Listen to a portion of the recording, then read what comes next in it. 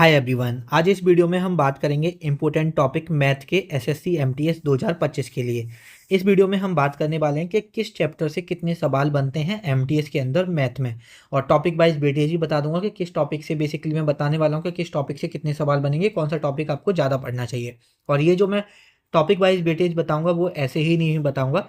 SSC MTS 2024 की सभी shift को एनालिसिस किया गया है, टोटल 67 शिफ्ट को, और देखा गया है कि किस शिफ्ट से किस चैप्टर में कितने सवाल बने हैं, और उसके बेसिस पे ही हम एसएससी एमटीएस 2025 की तैयारी करेंगे। तो उसी के बेसिस पे मैं टॉपिक वाइज वेटेज बताने वाला हूँ।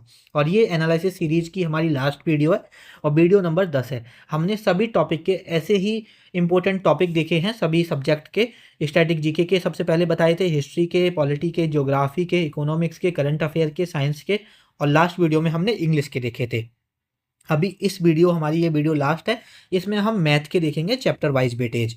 और मोस्ट इंपोर्टेंट, अगर आप एसएससी एमटीएस 2025 टारगेट कर रहे हो तो एसएससी एमटीएस 2025 का 25 के लिए हम डेली टारगेट प्रोवाइड करा रहे हैं व्हाट्सएप चैनल पर। अभी तक अगर आप व्हाट्सएप चैनल से कनेक्ट नहीं हो तो कनेक्ट हो सकते हो। व्हाट्सएप चैनल की मैंने यहाँ पर लिंक नीचे डिस्क्रिप्शन में दे रखी है। अगर आप ये डेली टारगेट फॉलो कर लेते हो तो 100% आपका सिलेक्शन होगा इस बार एसएससी एमटीएस 2025 में। ठीक है, अब यहाँ पर हम बात कर लेते हैं इंपॉर्टेंट टॉपिक्स के बारे में, इंपॉर्टेंट चैप्टर्स के बारे में देखेंगे बेसिकली मैथ के जितने भी हमारे यहाँ पर इंपॉर्टेंट चैप्टर हैं। तो देखो यहाँ पर ये सबसे पहले तो ये जो बायोलॉजी लिखा हुआ है इसे हटा देना। ठीक है, ये आपका मैथ होगा यहाँ पर। अब यहाँ पर हमारा मैथ का टॉपिक वाइज ना बोल के चैप्टर वाइज वेटेज हम देखेंगे। ठीक है, चैप्टर वाइज वेटेज देखने वाले हैं। तो देखो यहाँ पर जो सबसे ज़्यादा सवाल बने वो एवरेज से बने। जो आपका एवरेज टॉपिक होता है सबसे ज़्यादा 207 सवाल पूछे लगभग। अगर एक शिफ्ट में बात करूँ तो 3 से लेके 4 सवाल। देखो इधर मैंने ये परसेंटेज में अभी वेटेज लिखी हुई है।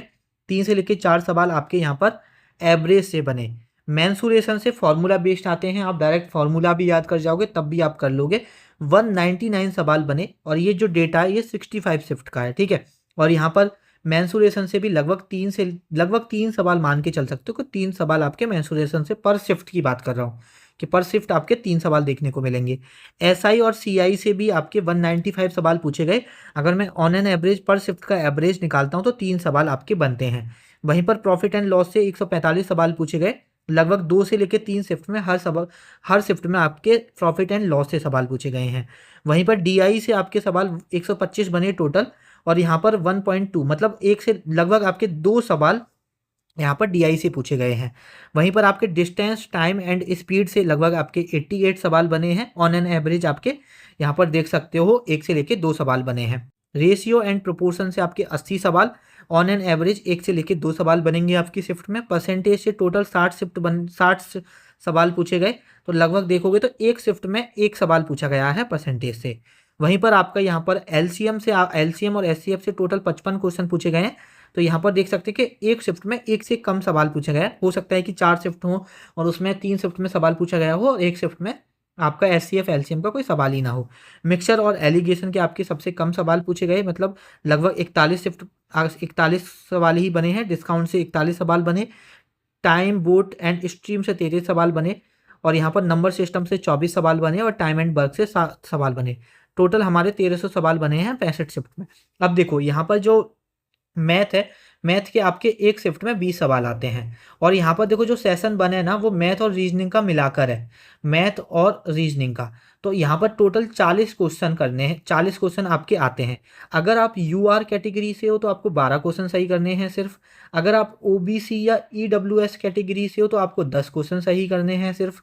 और अगर आप एससी या एसटी कैटेगरी से हो तो सिर्फ 8 क्वेश्चन सही करने हैं। तो देखो यहाँ पर आप कुछ तो क्वेश्चन रीजनिंग में भी सही करोगे। ठीक है, अगर आपने कभी नहीं पढ़ा, देखो अगर आप थोड़े बहुत होशियार हो तो फिर तो आपको कोई ज़रूरत ही नहीं है मैथ और रीजनिंग पढ़ने की।